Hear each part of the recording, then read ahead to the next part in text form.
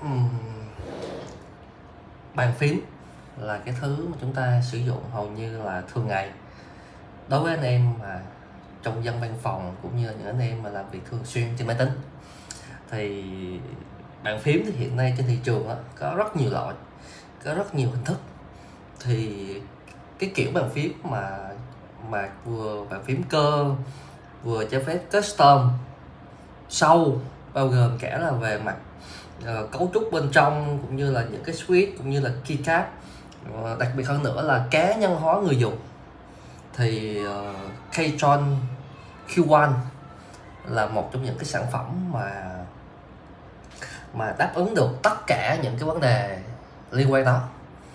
Thứ hai nữa là đặc biệt là trong tầm giá của họ rất là tốt, tầm 4 triệu mấy thôi mình có thể sử dụng một cái sản phẩm như vậy rồi. Trước đây á, nhiều năm trước á, để mà có một sản phẩm mà custom sâu như vậy á, mình mất phải tầm 10 triệu.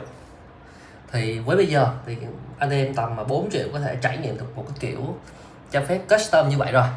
Thì ngày hôm nay sau 1 năm trải nghiệm cái sản phẩm Q1 của Keychron thì mình chia sẻ với anh em một số cái điểm mà mình cảm thấy là hài lòng với cái Keychron này.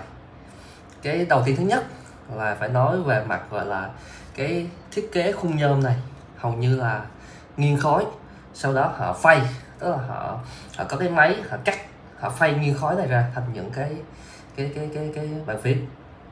Thì đó là cái điểm rất thích, rất nặng, tầm phải 3 kg.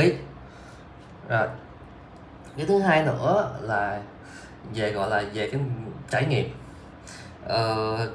Ở đây mình mua là cái bản là Brown Switch thì không quá ồn cũng không quá êm, vừa mình xài mình thấy ổn. Ban đêm mình gõ phím rồi con ngủ bình thường rất tốt. Rồi cái thứ hai nữa là cái phím của họ trên cái dòng Q1 này á thì họ đã làm lại rồi, nó dày hơn, cảm giác gõ nó êm hơn so với cái dòng trước đây của Keychron. Đó là cái điểm mình về mặt trải nghiệm trên phím.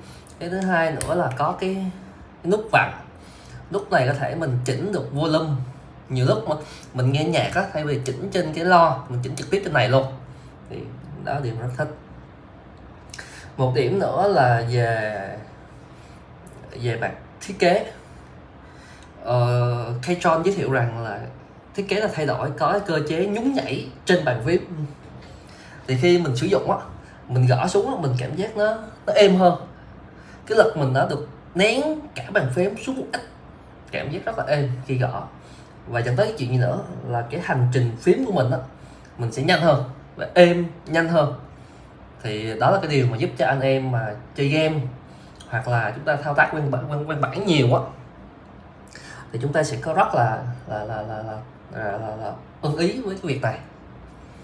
Rồi còn về mặt mà gọi là tính năng hay những cái liên quan khác á, anh em tìm hiểu trên mạng thì hầu như nhà cung cấp chia sẻ rất nhiều.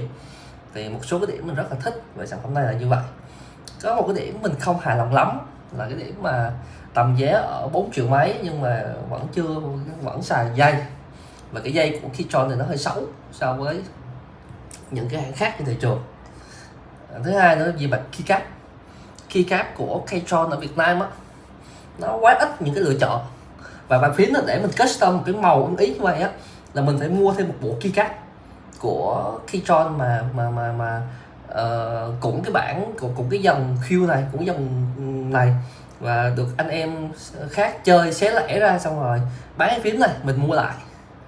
Thì đó là cái điểm mà ở Việt Nam mình chơi nó không được ngon.